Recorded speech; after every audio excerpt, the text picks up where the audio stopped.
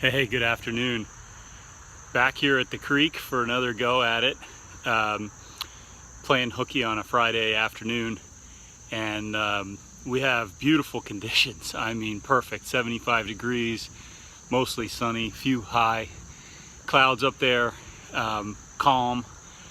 A couple days after a big cold front that came through on Wednesday night, it's a Friday, so not quite the 3-day after a cold front rule, but getting there. We have water here, as you can see over my shoulder, that is really as clear as I've seen it in here, so that could make it a little challenging, but we'll see how it goes. All right, we're operational here.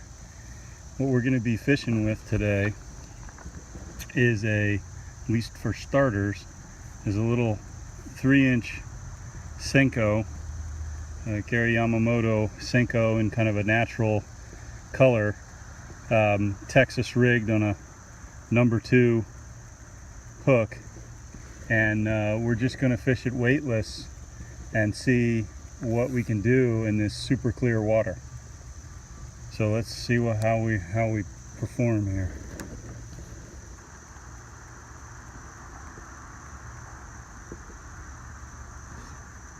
It's getting a hit, but I think it's bluegills or red-breasted sunfish.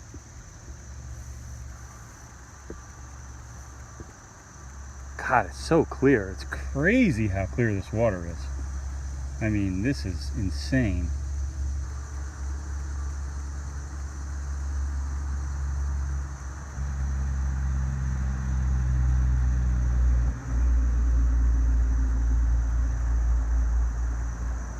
It's like trying to fish in a creek made of gin or something, man. It's unbelievably clear. I might have to go to a longer leader, because right now the leader I'm fishing with is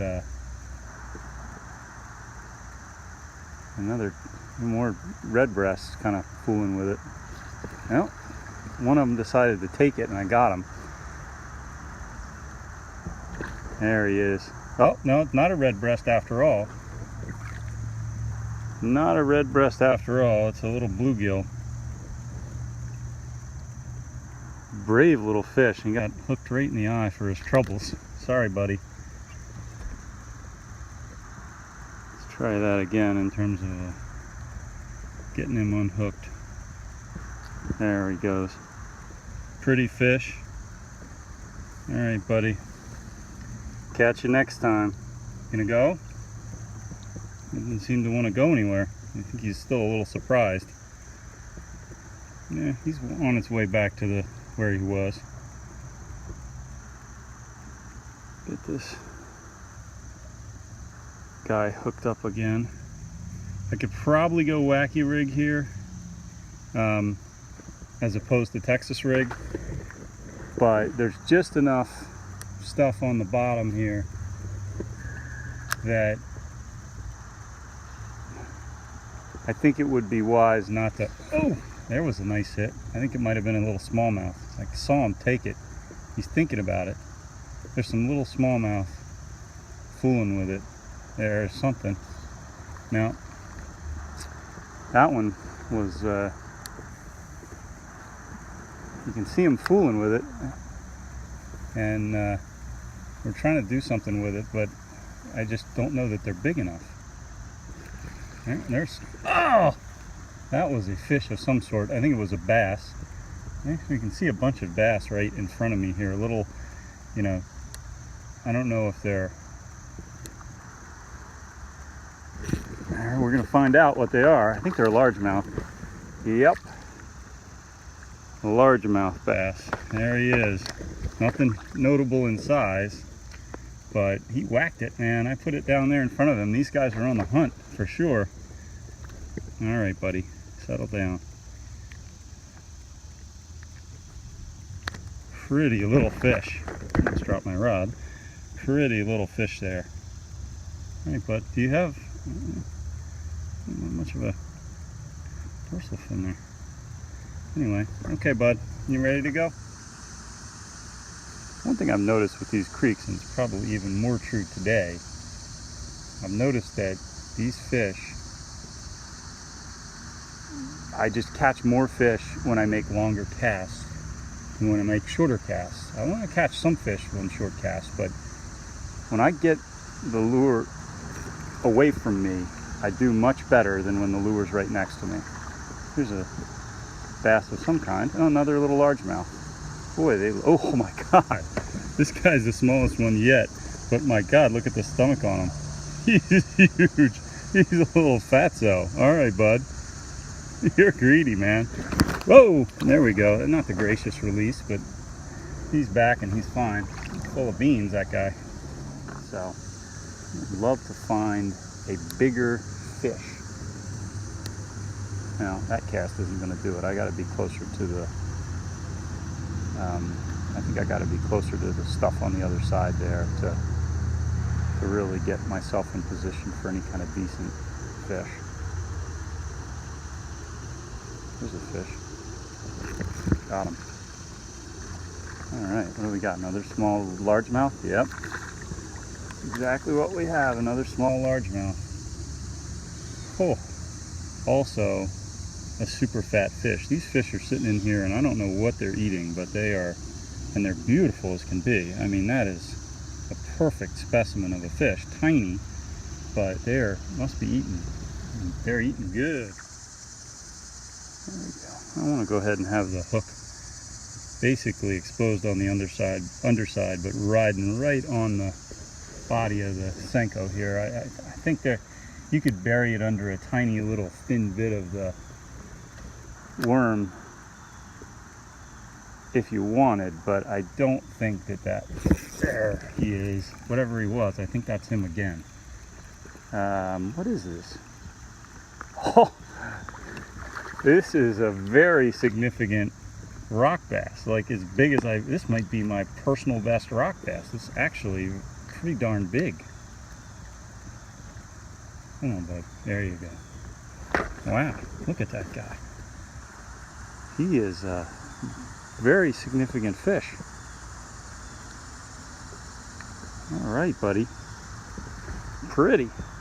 That's not a bad rock bass at all, as such things go. See you, bud. Look at him. He's not sure what he's doing. He's still there. All right, there he goes. He figured out he was no longer hooked. What we got? Try there. I had a bluegill there before.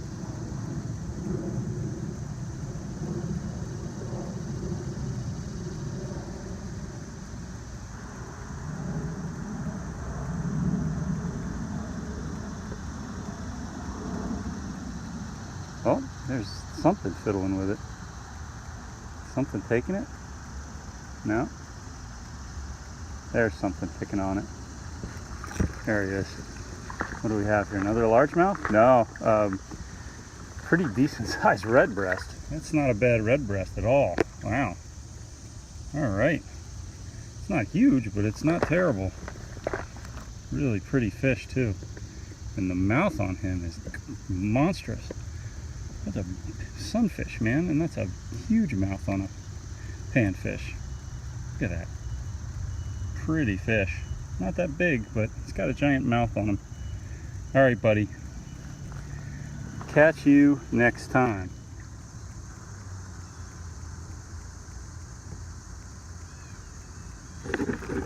There we go. There we go. Nothing huge, but that's a much better fish. Much better fish.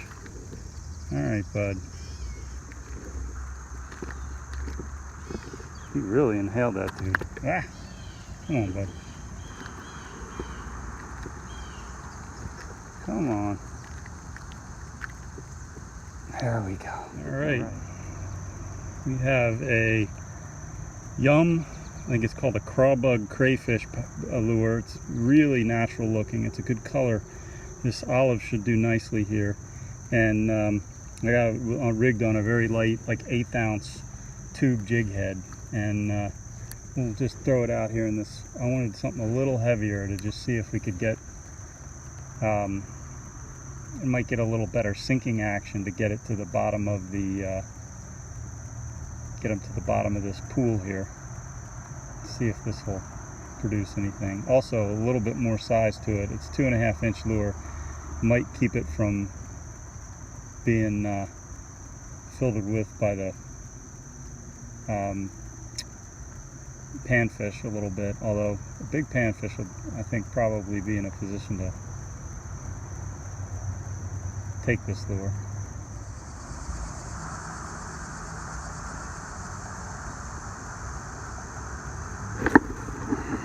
No, still drags, it's a little too loose.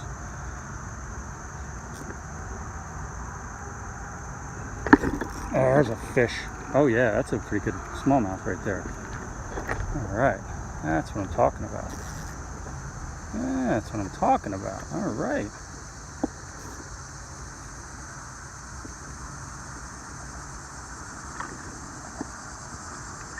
There we go. More like it. Whoa, he jumped and threw it, but he was a good one. That was nice. That was awesome. That's what I get. I was getting down to get ready to take him off the hook, and he said, "No, sir." So back at the ranch, same evening as my fishing trip.